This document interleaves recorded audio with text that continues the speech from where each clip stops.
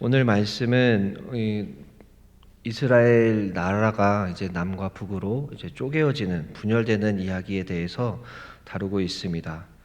열왕기상 12장의 말씀부터 이제 열왕기상 끝까지의 말씀이 열왕기상의 2부에 해당합니다. 열왕기상은 크게 두 가지 부분으로 나누어지는데 1장부터 11장까지는 통일 왕국 시대에 솔로몬이 다루고 있었던 그 때에 대해서 다루고 있고, 그 다음에 12장부터 끝까지는 이제 그 이후에 분열 왕국이 시작되어서 어떻게 나라가 진행되는지, 여러 왕들이 어떻게 등장하고, 또 마지막 부분에서는 또 어떤 안 좋은 왕, 특히 아합이라고 하는 왕이 나타나는 이야기를 다루게 됩니다.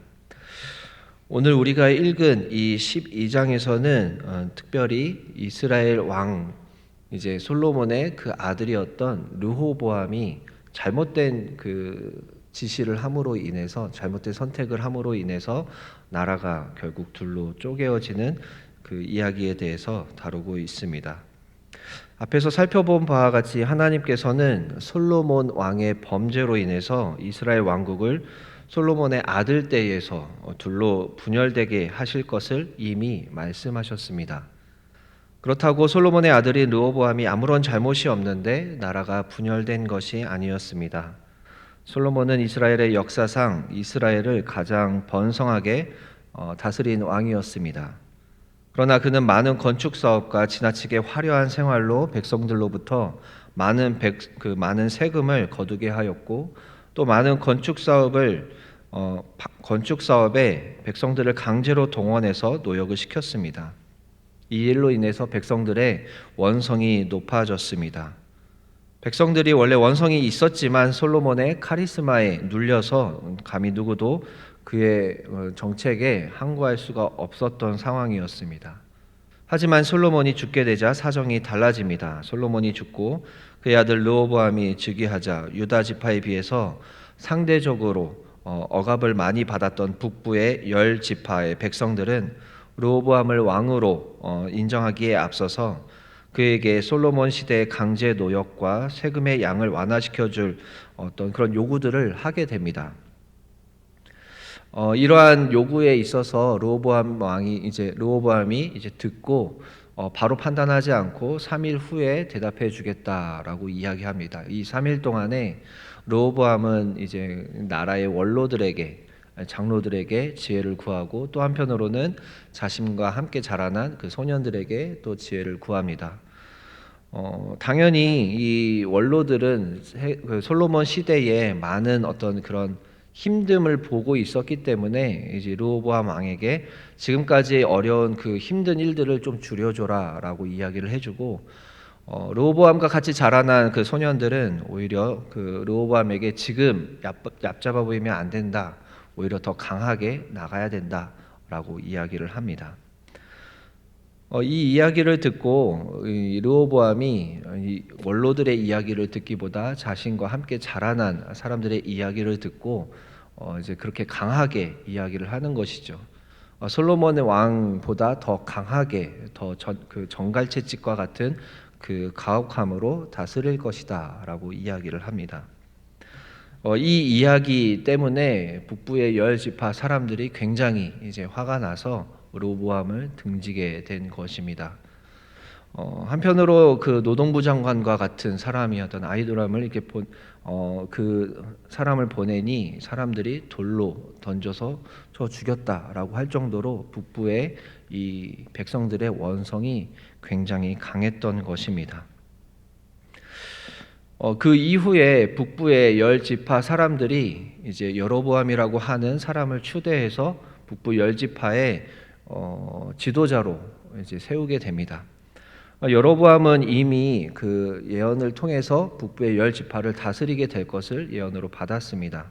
그리고 이제 잘 다스리면 될 텐데, 이 여로보암도 본인의 어떤 그런 정치적인 감각을 사용해서 이 백성들에게 안 좋은 그 상처와 같은 북이스라엘의 가장 안 좋은 정책을 펼치게 됩니다. 그것이 무엇이냐면, 이스라엘 국가는 이렇게 북과 남쪽으로 길게 연결되어 있는데 남쪽에 유다 지역에 예루살렘 성전이 있고 그 위쪽으로 이제 나라가 갈라지게 된 것입니다. 근데 이스라엘 사람들은 1년에 3번씩 성전을 향해서 나아가야 합니다. 그러니까 백성들이 그때마다 경계선을 넘어서 남쪽 남유다로 넘어가게 될 것을 걱정해서 북쪽에 이제 2군데의 그 우상 숭배 제단을 만들게 됩니다. 단이라고 하는 가장 북쪽 지역에 제단을 하나 짓게 되고 또 베델이라고 하는 지역에 또 하나의 성전을 짓게 됩니다. 그러면서 거기에다가 금송아지를 세워놓게 되는 것이죠. 그리고 그 금송아지에다 대고 이제 이것이 우리가 믿던 여호와 하나님이다라고 거짓말을 하게 합니다. 그리고 거기에 레위 족속들이 아닌 다른 일반 백성들로 제사장을 세워놓습니다. 이렇게 함으로써 종교적인 정책을 잘못 펼칩니다. 북이스라엘은 이 여로보암이라고 하는 이 지도자 한 명이 시작한 잘못된 종교 정책 때문에 계속해서 그 우상 숭배와 같은 상황에 그 종교적으로 이제 범죄를 저지르게 되는 상황에 빠지게 된 것입니다. 이 오늘 바라보게 되는 르호보암 왕이라고 하는 사람과 또 북쪽에 여로보암이라고 하는 사람이 이제 남유다 쪽의 대표적인 범죄와 북이스라엘의 대표적인 범죄를 보여줍니다. 그러니까 무슨 말이냐면 남유다 쪽에 이 예루살렘 성전이 있는 나라들은 계속해서 예배는 잘 드립니다. 제사는 잘 드리고 또 하나님 앞에 나아가겠다라고 하는 사람들은 있습니다. 그렇지만 제사는 잘 드리지만 그들의 삶이 공의와 정의를 잃어버리게 됩니다. 그래서 하나님께서는 남유다 이 나라에게 선지자들을 보내서 너희들이 예배는 잘 드리지만 공의와 정의가 무너졌다라고 하는 메시지를 계속해서 주십니다. 그런 메시지가 우리가 볼 수 있는 이사야, 예레미야, 아모스 이런 선지자, 선지서들을 보면 계속 남유다에 향한 하나님의 심판의 말씀이 선포됩니다. 이에 반해서 북이스라엘은 계속해서 우상 숭배에 대한 경고의 메시지를 하나님께서 주십니다. 돌아오라, 돌아오라. 너희가 우상 숭배를 그만두고 돌아오라라고 하는 메시지를 주십니다. 대표적으로 호세아서 같은 그런 선지서가 예언서가 그런 이야기를 담고 있습니다. 남유다는 계속해서 정의와 공의가 무너진 것을 하나님께서 경고하시고 북이스라엘은 계속해서 우상 숭배하는 것에 대해서 하나님께서 경고를 하셨습니다. 이것이 이제 계속해서 이어지는 이스라엘의 역사가 됩니다. 오늘 이러한 이야기들의 이런 역사가 펼쳐지는데 가장 처음 부분이 이제 바로 오늘 우리가 읽은 열왕기상 12장의 이야기입니다. 오늘 이야기를 통해서 하나님께서 주시는 2가지 메시지를 발견하기를 원합니다. 첫 번째 메시지는 지도자들은 사람들의 소리를 잘 분별할 수 있어야 한다라는 것입니다. 리더들은 사람들의 소리를 잘 분별할 수 있어야 한다라는 것입니다. 4절에 보면 온 이스라엘이 회중이 솔로몬의 왕위 계승자인 르호보암에게 청원한 내용이 나옵니다. 솔로몬 왕이 책정한 부역과 세금이 너무 무거우니 줄여달라는 것이었습니다. 솔로몬은 수많은 건축 사업으로 인해서 백성들에게 힘든 부역과 세금을 부과할 수밖에 없었습니다. 그런데 이제 르호보암 시대에는 그렇게 큰 국책 사업을 할 것이 없었습니다. 이미 다 지어졌고 이제는 사람들이 좀 평안을 누려야 되는 그런 시기인데 이 르호보암 왕은 백성들의 요구를 완전히 철저히 무시해 버린 것입니다. 자신이 새로 왕이 되었으니 어떻게 왕권을, 권력을 강하게 할까라는 것에만 집중이 되어 있었던 것입니다. 그래서 결국 이 선택으로 인해서 나라가 2개로 분열되는 결과를 맞이하게 된 것입니다. 지도자가 자신의 역할을 잘 감당하기 위해서 필요한 것들 가운데 하나는 사람들의 소리를 정확히 듣고 공감하고 분별하는 것입니다. 아무리 뛰어난 지도자일지라도 회중들이 요구하는 바 핵심을 정확하게 알지 못하면 올바른 판단을 내리기가 쉽지 않습니다. 제가 얼마 전에 이제 텔레비전을 통해서 뇌과학에 대한 교양 프로그램을 보았는데 거기서 이제 뇌과학자가 하는 이야기를 한번 들었습니다. 굉장히 흥미로운 이야기였는데 리더에게 힘과 권력이 생기면 생길수록 그 리더의 뇌는 사람들과 공감할 수 있는 능력이 현저히 떨어지는 대로 바뀌어 간다라고 합니다. 그 사람의 인격이 어떠하든지 가장 최정점의 권력에 이른 사람은 공감하지 못하는 형태로 뇌가 변해간다라는 것입니다. 그리고 선택을 하는 과정에서 사람들과의 공감보다 오히려 효과적인 결과를 얻기 위한 뇌로 바뀌어 가면서 공감 능력이 떨어지고 그 과정에서 잘못된 선택들을 하게 되고 결국 그 리더십이 오랫동안 건강하게 유지되지 못하고 파국을 맞는 경우가 대부분이다라고 하는 이야기를 들었습니다. 그래서 리더들은 늘 공감하기 위해서 더 많이 애를 써야 한다고 그 뇌과학자가 하는 이야기를 들었습니다. 이 이야기를 듣고 보니까 지금까지 나와 있는 모든 성경의 인물들과 지금까지 지나온 많은 역사 중에 인물들이 이해가 되는 것입니다. 왜 지금까지 그렇게 열심히 치열하게 좋은 모습으로 이렇게 나와왔다가 왜 권력을 갖게 되었을 때 사람들이 망가지게 되는가? 그때는 결국 공감하지 못하는 그 뇌로 인해서 이 사람들이 파국을 맞게 되는 것이 이해가 되는 것입니다. 그런 의미에서 오늘 본문의 말씀은 교회를 섬기는 리더십들에게 특별한 적용을 요구하는 말씀이라고 할 수 있습니다. 양들이 목자의 음성을 듣고 따르는 것처럼 목자도 양들의 목소리를 정확하게 알아야 문제가 생길 때에도 금방 해결할 수 있습니다. 노련한 정비사가 자동차의 엔진 소리만 듣고서도 문제점이 무엇인지 빨리 알아차리듯이 영적인 지도자는 자신을 따르는 그리고 자신과 함께하는 사람들의 목소리에 귀 기울이고 또 공감해야 한다라는 것들을 배우게 되었습니다. 그래서 우리 하나님께서 세워주신 지도자들은 항상 하나님 앞에서 두렵고 떨리는 마음으로 회중의 마음들을 계속 살피고 공감해야 한다라는 것이 오늘 본문을 통해서 하나님께서 주시는 첫 번째 메시지입니다. 두 번째 메시지는 하나님의 메시지는 중요한 결정을 앞에 두고 우리는 기도하는 시간을 확보해야 한다라는 것입니다. 우리는 중요한 결정을 하기에 앞서서 하나님 앞에서 기도하는 시간을 확보해야 합니다. 5절에 보면 르호보암이 북부 지파의 요구를 들어줄 것인지의 여부를 결정하기 위해서 3일 동안의 유예 기간을 두는 것을 볼 수가 있습니다. 워낙 중요한 일이라서 르호보암으로서는 전문적인 식견을 가진 신하들의 자문이 필요했습니다. 그래서 원로들에게 자문을 구하고 자신과 자라난 소년들에게 자문을 구한 것입니다. 어떻게 보면 인간적인 눈으로 보면 잘한 행동입니다. 그렇지만 신앙인의 눈으로 보면 한 가지 아쉬운 점이 있습니다. 그것은 무엇이냐면 중요한 결정을 하기에 앞서서 하나님께 여쭤봐야 하는 이 절차를 무시한 것입니다. 중요한 결정을 하기에 앞서서 무엇이 하나님이 기뻐하시는 뜻인지, 무엇이 하나님의 의도와 계획이 담긴 뜻인지, 그리고 이 선택을 하기에 앞서서 내 내면에서 이것이 나의 욕망에 의한 것인지 아니면 하나님의 뜻에 의한 것인지 점검하고 하나님의 뜻을 구하는 그 시간이 필요했던 것입니다. 그렇지만 이 르호보암은 전문적인 식견을 가진 사람들에게만 물어보고 본인이 하나님 앞에서 그것을 고민하는 시간을 가지지 못했던 것입니다. 우리는 삶 속에서 우리가 가진 경험이나 지식보다 더욱 복잡하고 어려운 문제들을 많이 만나게 됩니다.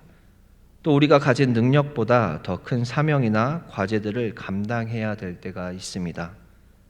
우리는 이렇게 어려운 문제에 직면했을 때, 또 중요한 의사결정을 해야 할 때 조급함을 내려놓고 하나님의 뜻을 구하고 기다리고 우리 자신의 내면의 동기를 돌아보는 시간이 필요한 것입니다. 중요한 문제 앞에서 하나님께 기도하고 결정하게 될 때 매우 큰 유익이 있습니다. 우리가 직면하고 있는 문제에 있어서 해결 방법이나 의사결정을 앞두고 있는 상황에서 기도를 하게 될 때 우리는 이 선택의 상황에서 그리고 가부간의 어떤 결론을 보게 되었을 때 모든 결론들이 하나님의 메시지로 바라보고 해석할 수 있는 눈이 생깁니다. 근데 기도하지 않고 우리가 어떤 결정들을 하게 될 때는 이것이 다 우연의 산물일 수밖에 없는 것입니다. 일의 결론을 통해서나 문제를 앞두고 있는 우리 내면에 대해서, 동기에 대해서 이 모든 것이 하나님의 영광을 위한 것인지 아니면 나의 영광을 위한 것인지 들여다보는 과정을 통해서 우리는 더 하나님께 나아갈 수 있게 됩니다. 우리 자신의 경험이나 지식으로 하나님의 의도에 관심이 없는 사람들일 경우에는 그들의 의견들은 오히려 우리를 하나님의 뜻과 다른 길로 인도합니다. 우리는 중요한 결정을 하기에 앞서서 많은 사람들에게 물어봅니다. 그리고 많은 사람들은 해답을 우리에게 제시해 줍니다. 근데 그 사람들이 하나님을 경외하는 사람들일 경우에는 다행인데, 보통은 우리가 이 이야기를 들을 때 하나님을 경외하지 않는 사람들에게도 듣는 그 메시지들의 많은 영향력을 받기도 합니다. 사랑하는 성도 여러분, 우리가 이미 하나님의 말씀에 따라서 모든 문제에 앞서서 먼저 기도하고 또 하나님의 뜻을 구하는 그런 시간을 가지시기를 축원합니다. 문제를 해결하면서 나 중심적으로 이기적으로 문제를 해결하지 않고 모두에게 덕이 되고 유익이 되는 길을 하나님께서 알려주실 것입니다. 그리고 기도하는 과정에서 우리는 그 기도와 간구의 내밀한 목적이 무엇인지 알게 되고, 혹여 기도하는 우리의 심령에 우리 안에 숨어 있었던 욕망이나 두려운 마음으로 하나님의 말씀을 외면하면서 드리는 기도가 있었다면 하나님께서는 그 기도하는 시간을 통해서 우리의 내면도 바꾸어 주실 것입니다. 그리고 그것이 우리에게 복이 됩니다.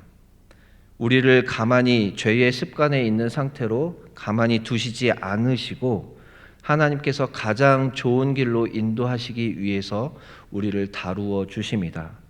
그래서 여러분들께서 늘 어떤 문제에 앞서서 기도하면서 하나님께 나아가시기를 축원드립니다. 함께 기도하겠습니다. 사랑이신 하나님, 참으로 감사합니다. 하나님의 말씀으로 우리를 깨닫게 하시니 감사합니다. 오늘 말씀을 통하여 르호보암이 백성들의 목소리를 듣지 않고 자신의 권력을 위한 결정을 하게 되면서 결국 이스라엘이 분열되게 된 과정을 보게 되었습니다. 또한 여로보암 왕도 자신이 하나님께서 주신 사명을 잃어버리고 자신의 권력을 위해서 백성들을 우상 숭배에 빠지게 한 이야기를 보았습니다. 하나님, 우리가 시간이 갈수록 사람들을 바라보며 공감할 수 있도록 인도해 주시기를 소원합니다. 사람들의 소리를 듣고 수용하면서 우리가 더욱 건강한 사람들이 되게 하여 주시옵소서. 또한 하나님, 우리가 중요한 문제 앞에서 그리고 중요한 결정 앞에서 늘 하나님께 먼저 나아가 기도로 묻는 신앙의 습관을 갖게 인도하여 주시옵소서.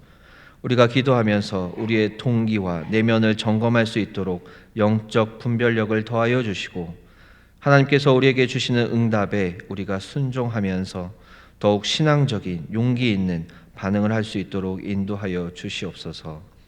우리 주님의 권속들 가운데 여러 가지 문제를 안고 있는 성도들이 많이 있습니다. 간절한 기도의 제목들이 있습니다. 건강의 문제로 씨름하고 있는 성도들이 참 많이 있습니다. 저장의 문제로 고민하고 있는 성도들이 많이 있습니다. 관계의 문제로 계속해서 고통을 받고 있는 주님의 권속들이 있습니다. 남에게 말하지 못할 가정의 문제들로 씨름하고 있는 성도들도 있습니다. 하나님께서 다 역사해 주셔서 하나님의 살아계심을 경험하게 하여 주시옵소서. 또한 하나님께 돌아와야 하는 영혼들이 있다면 하나님께서 속히 돌아올 수 있도록 인도하여 주시옵소서. 하나님, 하만나 집회가 계속해서 진행되고 있습니다. 이 시간을 통해서 우리의 영혼이 살아나게 하시고 소생하게 하여 주시고 하나님을 경험하게 하여 주시옵소서. 하나님의 치유와 회복이 일어나고 모든 문제들이 하나님의 섭리로 풀어지게 하시고 놀랍고 신비로운 하나님을 만나 누릴 수 있는 시간이 되게 하여 주시옵소서. 하나님, 담임 목사님의 건강을 위해서 기도합니다. 하마나 집회를 인도하시는 동안 더욱 영적으로 육적으로 건강할 수 있도록 인도하여 주시고 특별히 오늘 노회를 섬기는 과정에서 아무런 부족함 없이 넉넉하게 감당할 수 있도록 인도하여 주시옵소서. 오늘 하루의 삶을 하나님께 맡겨드립니다. 사랑 많으신 예수 그리스도의 이름으로 기도드립니다. 아멘.